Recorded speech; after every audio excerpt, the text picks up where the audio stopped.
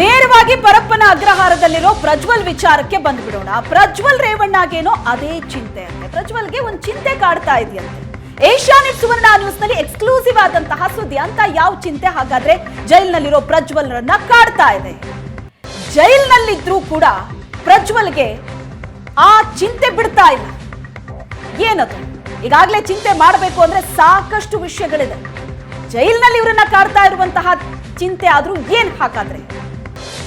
ಜೈಲ್ನಲ್ಲಿ ವಾಸ್ತು ಮೊರೆ ಹೋಗಿದ್ದಾರೆ ಪ್ರಜ್ವಲ್ ರೇವಣ್ಣ. ಜೈಲ್ನಲ್ಲೂ ಕೂಡ ತನಗೆ ಒಂದು ಜೈಲಿನ ಕೊಠಡಿ ಏನ್ ಕೊಟ್ಟಿದ್ರು ಅದ್ರಲ್ಲಿ ವಾಸ್ತು ಸರಿ ಇಲ್ಲ, ಅದನ್ನ ಬದಲಾಯಿಸಿ ಅಂತ ಪಟ್ಟು ಹಿಡಿದಿದ್ರಂತೆ. ಇಲ್ಲಿ ನೋಡಿದ್ರೆ ಪ್ರಜ್ವಲ್ ರಿಂದ ಇಡೀ ಪಕ್ಷಕ್ಕೆ ಡ್ಯಾಮೇಜ್ ಆಗಿದೆ. ಇಡೀ ಕುಟುಂಬ ಪತ್ರೆಗುಟ್ಟು ಹೋಗಿದೆ. ಉತ್ತರ ಕೊಡೋಕಾಗದೆ ರೇವಣ್ಣ ತಡಕಾಡ್ತಿದ್ದಾರೆ. ಅಂತದ್ರಲ್ಲಿ ಜೈಲಲ್ಲಿ ಕೂತು ಈ ಕೊಠಡಿ ವಾಸ್ತು ಸರಿ ಇಲ್ಲ, ಬದಲಾಯಿಸಿ ಅಂತ ಅಧಿಕಾರಿಗಳಿಗೆ ದುಂಬಾಲ್ ಬಿದ್ದಿದ್ದಾರಂತೆ ಪ್ರಜ್ವಲ್.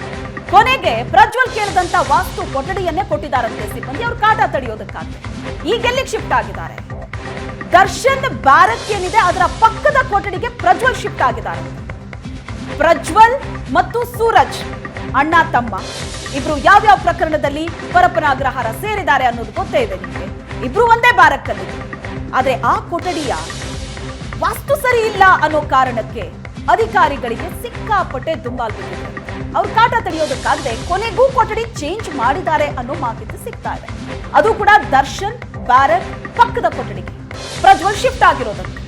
ಹಾಗಾದ್ರೆ ಈಗ ಎಲ್ಲ ಬದಲಾಗಿಬಿಡುತ್ತಾ? ದರ್ಶನ್ ಇರುವಂತಹ ಕೊಠಡಿಯ ಪಕ್ಕದ ಕೊಠಡಿಗೆ ಈಗ ಪ್ರಜ್ವಲ್ ರೇವಣ್ಣ ಶಿಫ್ಟ್ ಆಗಿದ್ದಾರೆ. ಯಾಕಂದ್ರೆ ತಾನು ಈ ಹಿಂದೆ ಇದ್ದಂತಹ ಕೊಠಡಿಯ ವಾಸ್ತು ಸರಿ ಇಲ್ಲ ಅಂದ್ರೆ.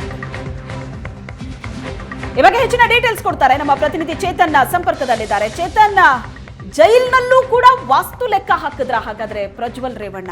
ಹೋಗ್ಲಿ, ಈಗ ವಾಸ್ತು ಕಾರಣ ನೀಡಿ ಅಧಿಕಾರಿಗಳಿಗೆ ದುಂಬಾಲ್ ಬಿದ್ದಿದ್ರು, ಅದೇ ರೀಸನ್ಗೋಸ್ಕರ ಕೊಠಡಿ ಚೇಂಜ್ ಮಾಡಿದ್ರ?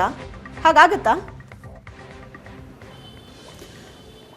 ಅಂದ್ರೆ ಶ್ವೇತಾ, ಆ ರೀತಿ ಚೇಂಜ್ ಮಾಡಿದ್ದಾರೆ ಅನ್ನೋದ್ರ ಬಗ್ಗೆ ಮಾಹಿತಿ ಇದೀಗ ಲಭ್ಯ ಆಗ್ತಿರೋವಂಥದ್ದು. ಅಂದ್ರೆ ವಾಸ್ತು ಸರಿ ಇಲ್ಲ ಅಂತ ಅಂದ್ಬಿಟ್ಟು ಈ ಹಿಂದೆಂದೂ ಕೂಡ ಪ್ರಜ್ವಲ್ ರೇವಣ್ಣ ಒಂದು ಖ್ಯಾತೆಯನ್ನ ತೆಗಿತಾ ಇದ್ರು ಜೈಲಾಧಿಕಾರಿಗಳ ಮುಂದೆ ಮತ್ತೆ ಜೈಲು ಸಿಬ್ಬಂದಿಯ ಮುಂದೆ ಅನ್ನೋದ್ರ ಬಗ್ಗೆ ಮಾಹಿತಿ ಲಭ್ಯ ಆಗ್ತಾ ಇದೆ.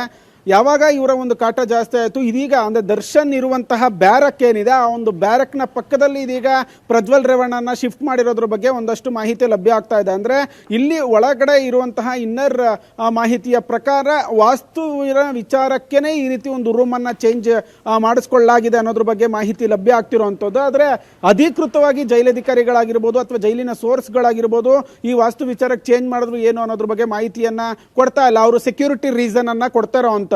ಹೀಗಾಗಿ ದರ್ಶನ್ ಇರುವಂತಹ ಬ್ಯಾರಕ್ ಏನಿದೆ ಆ ಒಂದು ಬ್ಯಾರಕ್ ನ ಪಕ್ಕದ ಕೊಠಡಿಯಲ್ಲಿ ಪ್ರಜ್ವಲ್ ರೇವಣ್ಣನ ಇದೀಗ ಇರಿಸಲಾಗಿರುವಂತದ್ದು. ಶ್ವೇತಾ, ಓಕೆ, ಈಗ ಹಾಗಾದ್ರೆ ವಾಸ್ತು ರೀಸನ್ ಏನ್ ಕೊಟ್ಟು ಚೇಂಜ್ ಮಾಡಿದ್ರು, ಈಗಿರುವಂತಹ ಕೊಠಡಿ ವಾಸ್ತು ಪ್ರಕಾರವಾಗಿದೆ, ಇನ್ ಮುಂದೆ ಎಲ್ಲ ಸರಿ ಹೋಗುತ್ತೆ. ಹಾಗಾದ್ರೆ ಏನ್ ಲೆಕ್ಕಾಚಾರ ಇವ್ರದ್ದು? ಅಂದ್ರೆ ಅದೇ ಗೊತ್ತಾಗ್ತಿಲ್ಲ. ಯಾಕಂದ್ರೆ ಏನು ರೇವಣ್ಣನು ಕೂಡ ಅಷ್ಟೇ ವಾಸ್ತು ಮತ್ತೆ ಭವಿಷ್ಯ ಜ್ಯೋತಿಷ್ಯ ಈ ರೀತಿಯಾದಂತಹ ಜಾಸ್ತಿ ಒಂದು ನಂಬಿಕೆಯನ್ನ ಇಟ್ಕೊಂಡಂತಹ ಒಬ್ರು ವ್ಯಕ್ತಿಯಾಗಿದ್ರು. ಅದೇ ರೀತಿ ಪ್ರಜ್ವಲ್ ರೇವಣ್ಣನು ಕೂಡ ವಾಸ್ತುವಿನ ವಿಚಾರಕ್ಕೇನೆ ಒಂದು ರೂಮ್ ಅನ್ನ ಚೇಂಜ್ ಮಾಡಿಸ್ಕೊಂಡಿದ್ದಾರೆ ಅನ್ನೋದ್ರ ಬಗ್ಗೆ ಇದೀಗ ಮಾಹಿತಿ ಲಭ್ಯ ಆಗ್ತಿರುವಂತದ್ದು. ಶ್ವೇತಾ, ಥ್ಯಾಂಕ್ ಯು ಚೇತನ್, ನಿಮ್ಮೆಲ್ಲ ಡೀಟೇಲ್ಸ್ಗೆ. ನಂಬಿಕೆ ಇರಬೇಕು, ನಂಬಿಕೆ ಮೇಲೆನೆ ಜೀವನ ನಡೆಯೋದು. ಆದ್ರೆ ಅತಿಯಾದ್ರೆ ಅಮೃತವೂ ವಿಷ ಆಗತ್ತೆ ಅನ್ನೋದು ಇದೇ ಕಾರಣಕ್ಕೆ.